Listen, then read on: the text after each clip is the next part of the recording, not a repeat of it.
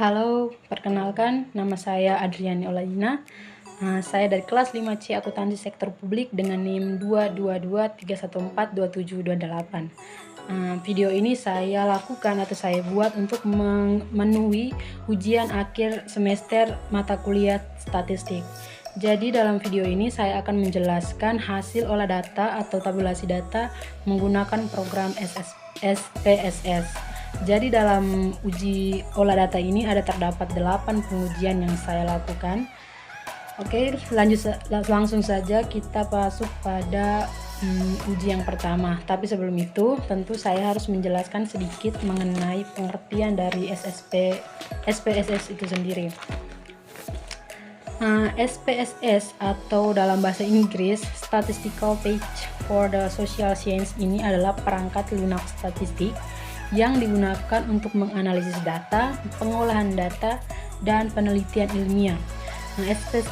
SPSS ini dikembangkan oleh IBM atau International Business Machine dan pertama kali dirilis tahun 1968.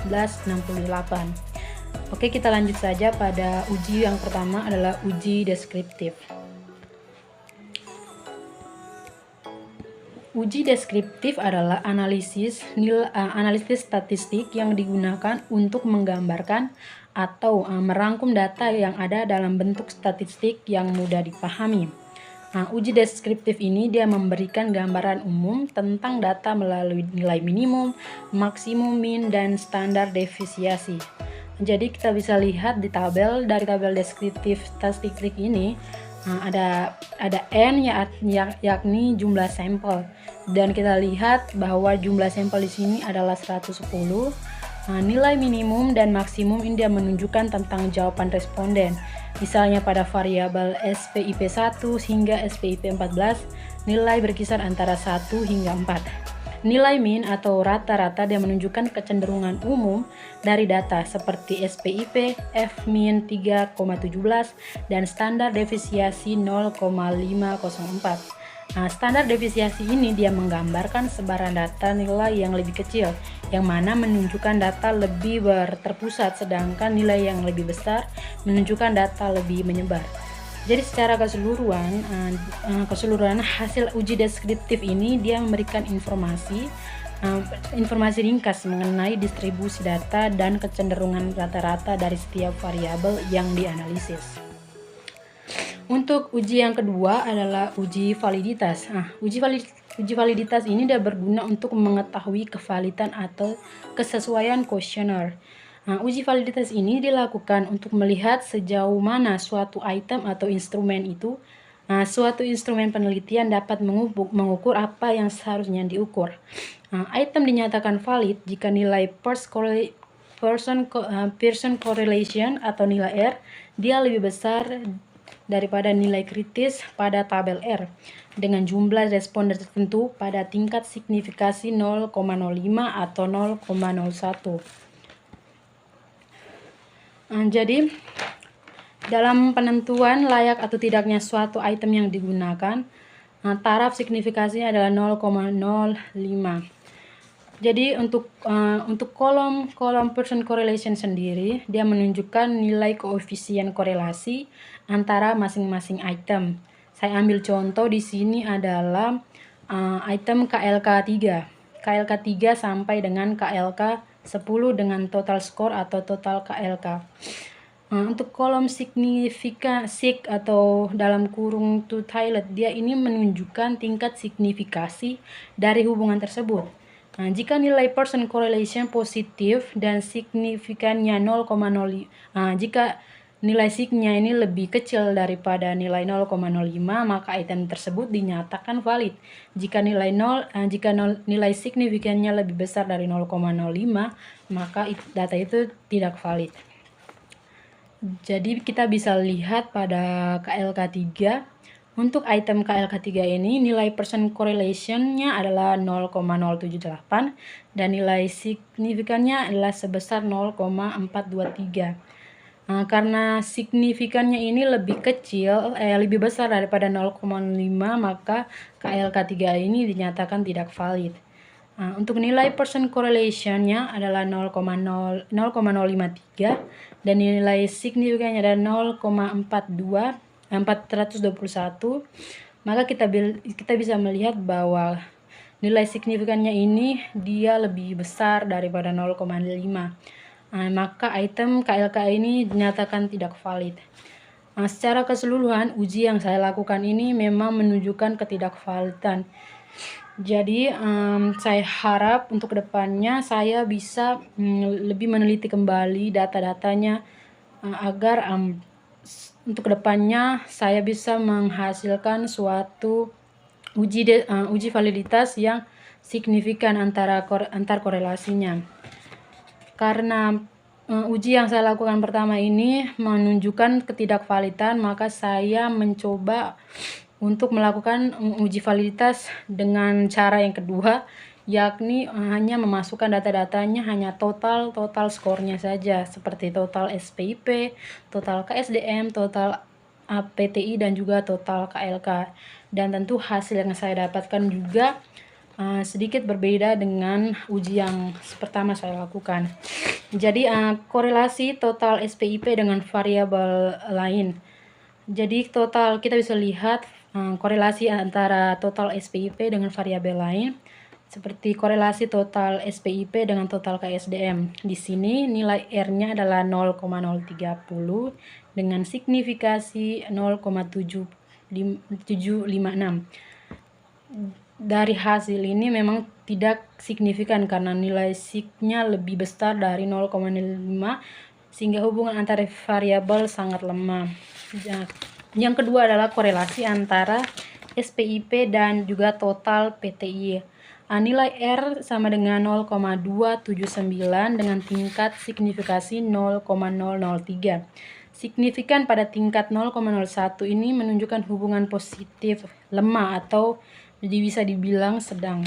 Sedangkan yang ketiga korelasi antara SPIP dan juga total KLK.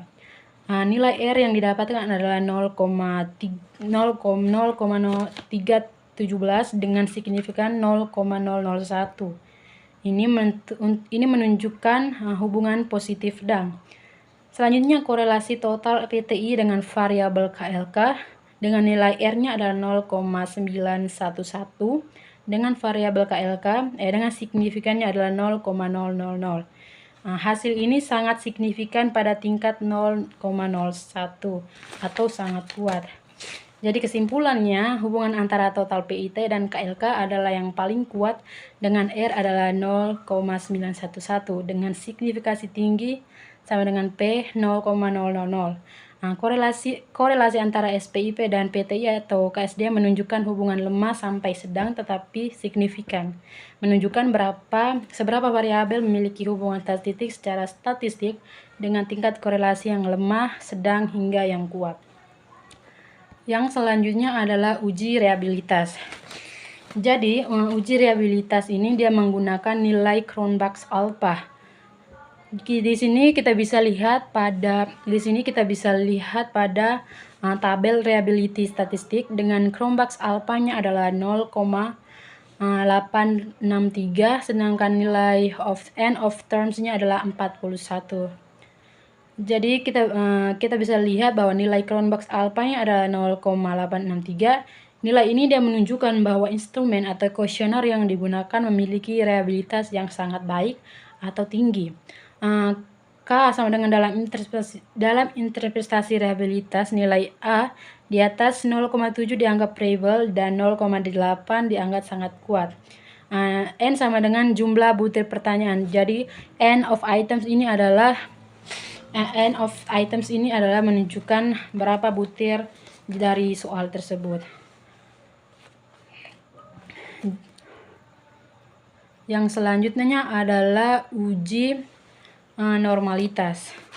Baik, uji normalitas ini kita bisa lihat di tabel one sample Kolmogorov or Smirnov text.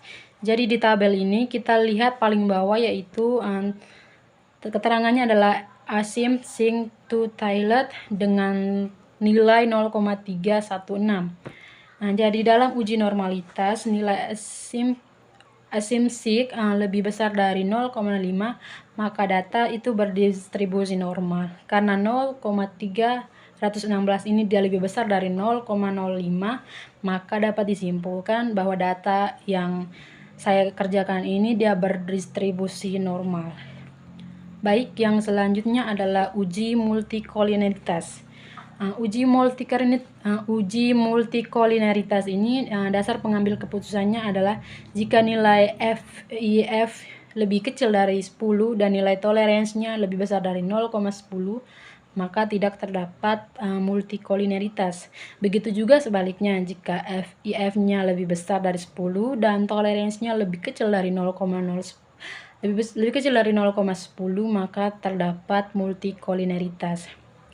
Jadi untuk uji multikolineritas ini kita bisa lihat di tabel koefisiennya. Jadi kita bisa lihat bahwa total SPIP dengan toleransinya 0,890 dan FIF-nya adalah 1,123. Nilai toleransi ini dia menunjukkan seberapa besar variabel bebas tidak dapat dijelaskan oleh variabel bebas lainnya. Jadi jika nilai FIF-nya sendiri menunjukkan tingkat inflasi yang disebabkan oleh hubungan antara variabel dan variabel bebas. Jika VIF-nya kurang dari 10, maka tidak terjadi multikolineritas. Jadi kita bisa lihat di tabel bahwa nilai dari 0, 1, 2, 3 ini dia lebih kecil dari 10 sehingga tidak terdapat multikolineritas. Jadi variabel tidak mengalami jadi kesimpulan dari uji yang saya lakukan bahwa disimpulkan tidak mengalami masalah multikolineritas dan layak digunakan dalam model regresi atau analisis lanjutan. Karena nilainya lebih besar karena nilai masing-masing lebih besar, seperti toleransi dia lebih besar dari 0,10, sedangkan untuk FIF-nya dia lebih kecil dari 10, dan data tersebut menunjukkan tidak mengalami multikolineritas. Oke, yang selanjutnya adalah uji heterokedasitas. Syarat suatu penelitian lulus uji heterokedasitas adalah kurang dari 0,05. Jadi heterokedasitas ini dia merujuk pada kondisi di mana varians kesalahan dalam model regresi tidak konstan dan atau tidak seragam yang dapat mempengaruhi validitas model. Jika nilai signifikannya kurang dari 0,05, maka ada indikasi heterokedasitas dalam data yang berarti variance error tidak konsisten. Jika signifikannya lebih besar dari 0,05, maka tidak ada bukti heterokedasitas yang berarti model regresi memiliki variance error konsisten. Jadi kita bisa lihat di koefisiennya T dan signya nilai T sebesar 1,105 dan nilai signya adalah 0,272. Jadi variabel independen ini tersebut tidak signifikan dalam mempengaruhi variabel dependen. Artinya tidak ada bukti heterokedasitas. Jadi model regresi dianggap tidak mengalami masalah. Selanjutnya adalah uji heteroscatter plot. Uji heteroscatter plot ini jika tidak ada pola yang jelas dan titik residualnya tersebar secara acak, ini menunjukkan bahwa data memenuhi asumsi homogenitas yang berarti varians residual atau kesalahan prediksinya itu konstan di seluruh nilai prediksi. Tentu ini adalah korelasi yang digunakan dalam regresi yang menunjukkan bahwa model bekerja dengan baik tanpa bias. Jadi kita bisa lihat bahwa dalam chart tersebut titik-titiknya ini dia menyebar ke seluruh bagian. Hal ini dia menunjukkan model itu bekerja dengan baik dan tanpa bias. Baik, kita akan masuk pada uji R2, uji T, dan juga uji F. Yang pertama adalah uji R. Hasil uji R-square ini pada tabel model summary ini tersebut menunjukkan bahwa seberapa besar variasi dari variabel dependen atau total SPIP yang dapat dijelaskan oleh variabel independen atau total KLK, total KSDM, dan juga total PTI. Berikut penjelasannya. Untuk R sama dengan 0,331. Nilai R adalah korelasi antara variabel prediktor atau independen dan variabel dependen. Nilai ini menunjukkan hubungan positif tetapi cukup lemah antara total KLK, total KSDM, dan juga total PIT dengan total SPIP. R square atau R pangkat 2 yang besarnya adalah 0,110. Nilai R square ini sebesar 0,110 berarti 11% variasi total SPIP dapat dijelaskan oleh kombinasi variabel independen atau total KLK atau total KSDM atau total PT. Dengan kata lain, model ini hanya menjelaskan 11% dari perubahan variabel independen, sementara 89%-nya dipenuhi oleh faktor lain yang tidak dimasukkan dalam model. Untuk adjust R square yang nilainya adalah 0,085. Adjuster R square adalah penyesuaian R2 dengan mempertimbangkan jumlah variabel independen dengan ukuran sampel. Nilai ini lebih kecil yang nilainya adalah 0,085, menunjukkan bahwa jika model digunakan untuk populasi yang lebih besar, kemampuan penjelasan dari model ini akan berkurang. Untuk STD error of the estimate-nya adalah 3,786. Nilai ini menunjukkan besarnya standar error, yaitu seberapa jauh prediksi model penyimpang dari nilai sebenarnya. Nilai ini mengindikasi bahwa ada penyimpangan cukup besar dalam prediksi model. Jadi untuk kesimpulannya, model regresi memiliki kemampuan yang lemah dalam menjelaskan variasi total SPIP karena R-square hanya sebesar 11%. Sebagian besar variasi total SPIP disebabkan oleh variabel lain di luar total KLK, total KSDM, dan juga total PTI. Tentu model ini perlu dikembangkan dengan mempertimbangkan variabel tambahan yang lebih berpengaruh lagi. Yang kedua, uji yang selanjutnya kita masuk pada uji F. Jadi uji F sendiri, untuk uji F sendiri kita lihat dalam tabel. Uji F ini dia memiliki nilai 0,03355 dan nilai signifikannya 0,006. Maka untuk interpretasinya yang pertama nilai F. Nilai F ini kan nilainya 0,355. Dia menunjukkan perbandingan antara variasi yang dijelaskan oleh model atau variabel independen dengan variasi yang tidak dijelaskan atau error. Nilai F ini relatif kecil. Secara umum, nilai F yang lebih besar menunjukkan bahwa model regresi lebih mampu menjelaskan variabilitas dalam data dibandingkan dengan model yang tidak mengandung variabel independen. Yang kedua adalah nilai signifikan. Signifikan yang saya dapatkan adalah 0,006. Nilai p-value atau nilai signifikannya ini lebih kecil dari 0,05 yang berarti model regresi secara keseluruhan signifikan. Dengan p-value yang lebih kecil dari 0,05, kita dapat menolak hipotesis 0 dan menyimpulkan bahwa ada hubungan yang signifikan antara variabel independen dan juga variabel dependen. Jadi meskipun nilai F-nya cukup kecil, p-value-nya lebih kecil dari 0,05 menunjukkan bahwa model regresi ini secara keseluruhan adalah signifikan. Artinya meskipun F-nya rendah, ada bukti statistik yang menunjukkan bahwa variabel independen dalam model ini memiliki pengaruh yang signifikan terhadap variabel dependen. Selanjutnya adalah uji T. Uji T ini digunakan dalam analisis regresi untuk menguji signifikasi hubungan antara variabel dependen dan juga variabel independen individu. Uji T ini dia mengukur apakah koefisien regresi untuk masing-masing variabel independen berbeda secara signifikasi dari 0, yang mana dia menunjukkan tidak ada pengaruh. Komponen yang diuji dalam uji T ini adalah koefisien regresi atau B. Koefisien ini dapat menunjukkan seberapa besar perubahan pada variabel dependen yang diharapkan jika variabel independen berubah 1 unit. Untuk nilai T-nya atau T statistik digunakan untuk menguji apakah koefisien regresi berbeda secara signifikan dari 0. Untuk p-value-nya atau sig ini dia menunjukkan apakah hasil uji T signifikan. Jika p-value-nya lebih kecil dari 0,05, maka koefisien regresi tersebut signifikan secara statistik. B. Koefisien regresi menunjukkan hubungan antara variabel independen dengan juga dependen. STD error atau standard error dia mengukur seberapa tepat koefisien regresi tersebut.